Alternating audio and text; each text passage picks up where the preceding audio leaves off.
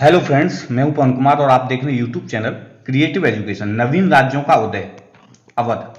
Important questions हैं, तो let's begin without wasting time. Question number 1 है, किस राज्य को बफर राज्य यानी बफर स्टेट के रूप में जाना जाता है? ऑप्शंस दिए, बंगाल, अवध, मैसूर और कर्नाटक।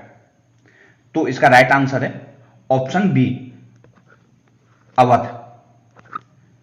अवध राज्य अंग्रेजी व मराठा राज्यों के बीच में था। यह पश्चिम में कन्नौज से लेकर पूर्व में करमनासा नदी तक फैला हुआ था, इसलिए इसको बफर स्टेट के रूप में जाना जाता है।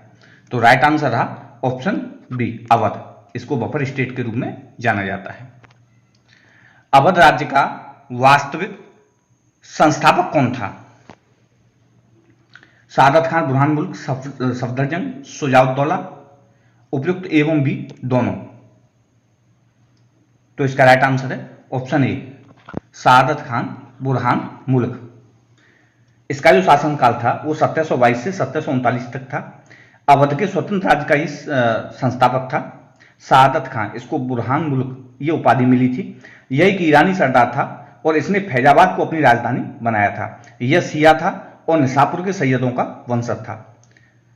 तो राइट आंसर है ऑप्शन ए, सादत खान, बुरहान मुल्क। और किस बादशाह के शासनकाल में इसको अवध का इसने जो है स्वतंत्र राज्य का निर्माण किया था? तो ये मोहम्मद साहब के शासनकाल में इसने अवध के स्वतंत्र राज्य का निर्माण किया था। नेक्स्ट क्वेश्चन है, अवध के किस शासक ने नादिर शाह के कारण आत्महत्या कर ली थी? जब नादिर शाह ने भारत पर आक्रमण किया था तब अवध के इस शासक ने आत्महत्या कर ली थी। इसका नाम क्या है? सादत खान, बुरहान मुल्क, सफदरजंग, शुजाउद्दौला, ए एवं बी दोनों। तो इसका राइट आंसर है ऑप्शन ए, सादत खान, बुरहान मुल्क। सादत खान बुरहान मुल्क था, 1720 ईस्वी में बयाना का फौजदार नियुक्त किया गया था। उसने सैयद बंधुओं के विरुद्ध षड्यंत्र में भाग लिया था। फलस्वरूप पहले उसे पंच हजारी और फिर सप्त हजारी का मनसब मिला था और इसको उपाधि जो मिली थी वो बुरहान मुल्क की उपाधि मिली थी। अब नादिर शाह ने जब दिल्ली पर आक्रमण किया था तो सादत खां को बुलवाया गया था।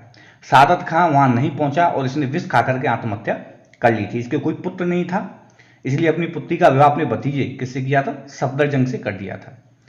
तो राइट आंसर रहा ऑप्शन ए, सादत खान, बुरहान मुल्क। सादत खान बुरहान मुल्क की मृत्यु के बाद उसका उत्तराधिकारी कौन बना? इसे अहमद शाह ने अपना वजीर नियुक्त किया था। ऑप्शन है सादत खान, बुरहान मुल्क, सफदरजंग, शुजाउद्दौला एवं बी दोनों। तो राइट आंसर है ऑप्शन बी, सफदरजंग। इसको अबुल मंसूर खां के नाम से भी जाना जाता है। अबुल मंसूर खां सफदरजंग ये कौन था? सादत खां का भतीजा था और वैसे दामाद था। वह उसकी मृत्यु के बाद उसका उत्तराधिकारी बना था। सम्राट मोहम्मद शाह ने एक फरमान द्वारा सफदरजंग को अवध का नवाब नियुक्त किया था।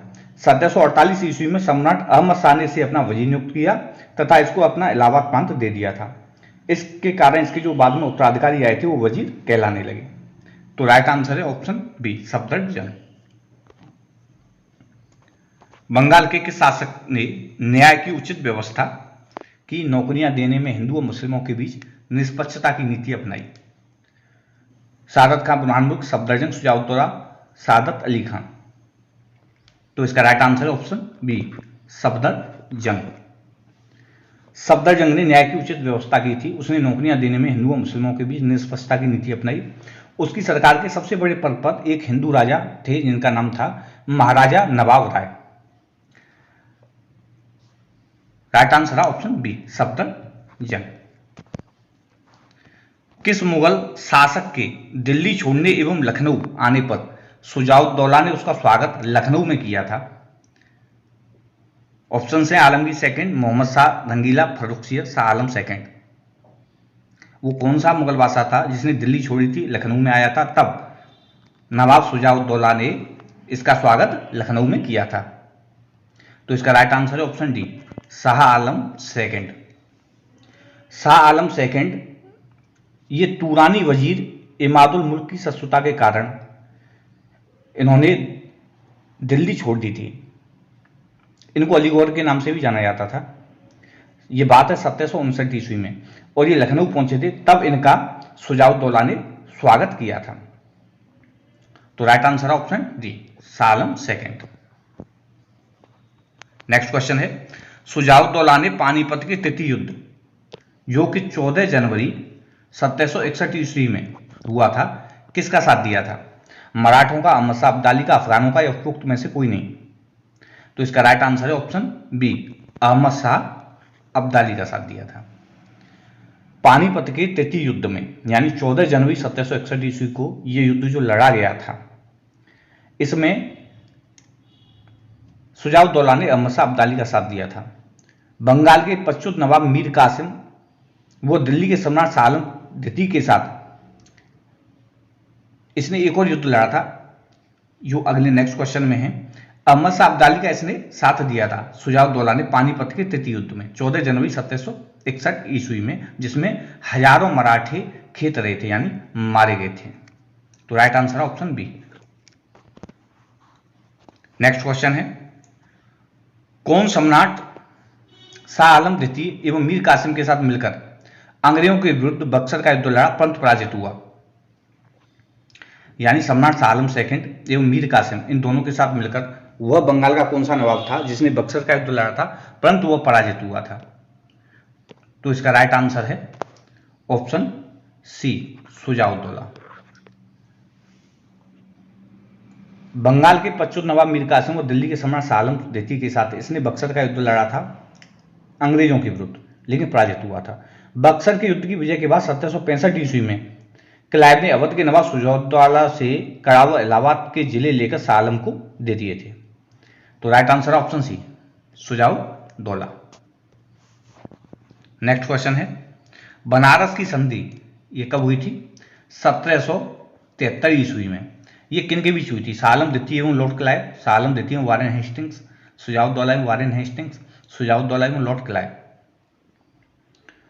तो ये हुई थी शुजाउद्दौला और वारेन हेस्टिंग्स के बीच। तो राइट आंसर है ऑप्शन सी, शुजाउद्दौला एवं वारेन हेस्टिंग्स। कब हुई थी? 1773 ईस्वी में। यह संधि अवध के नवाब शुजाउद्दौला एवं वारेन हेस्टिंग्स के बीच हुई थी। इस संधि के द्वारा इलाहाबाद व कड़ा के जिले नवाब को 50 लाख रुपए में बेच दिए गए थे। इसके अतिरिक्त नवाब ने रूहेलों के विरुद्ध, रूहेल क्या थे? रूहेलखंड में रहने वाले कुछ मुस्लिम लोग थे जिनके विरुद्ध कंपनी की सहायता का इसने वचन दिया था। तो राइट आंसर था ऑप्शन सी, शुजाउद्दौला एवं वारेन हेस्टिंग्स। फैजाबाद की संधि 1775 ईस्वी का क्या परिणाम हुआ? अंग्रेजों की हार हुई थी इसमें। इलाहाबाद एवं कड़ा के जिले नवाब ने खो दिए थे। अंग्रेजी शासन की सर्वोच्चता स्वीकार कर ली गई थी, इनमें से कोई नहीं? तो इसका राइट आंसर है ऑप्शन सी, अंग्रेजी शासन की सर्वोच्चता इस संधि में स्वीकार कर ली गई थी। इस संधि के द्वारा बनारस पर अंग्रेजी शासन की सर्वोच्चता स्वीकार कर ली गई और इसी संधि के अंतर्गत वारेन हेस्टिंग्स ने अवध की बेगमों के शेष की संपत्ति थी उसकी सुरक्षा की गारंटी ली थी, परंतु बाद में इसने हालांकि उसको पूरा नहीं किया था। आसफौद्दौला का जब शासनकाल था तब इसने अवध की बेगमों से दुर्व्यवहार किया था एवं उनसे जो भी गहने आभूषण सोने के जो थे, चांदी थी, उसको वहां से लूट लिया था। तो ये फैजाबाद की संधि में इसने कहा था वारेन हेस्टिंग्स ने कि हम अवध की बेगमों की संपत्ति सुरक्षा की गारंटी लेते हैं।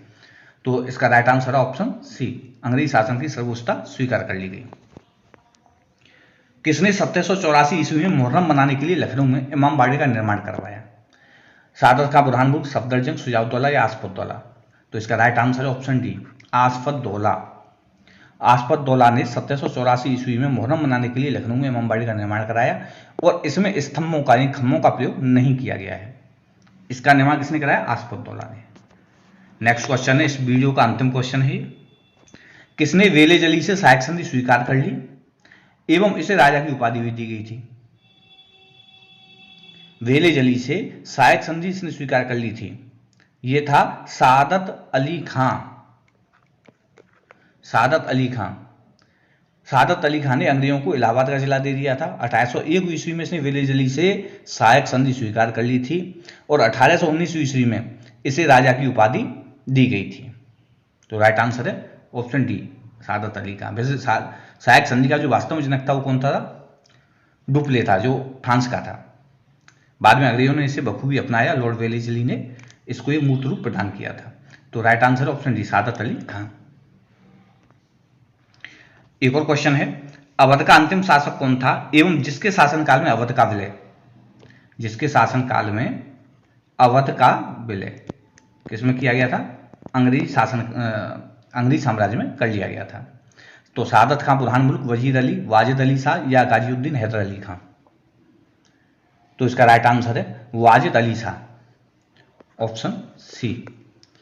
वाजिद अली शाह यह अवध का अंतिम नवाब था। लॉर्ड डलहौजी ने 1854 ईस्वी में आओ ट्रम की रिपोर्ट के आधार पर कुशासन का आरोप लगाया था और अवध को 1856 ईस्वी में अंग्रेजी साम्राज्य में मिला लिया था।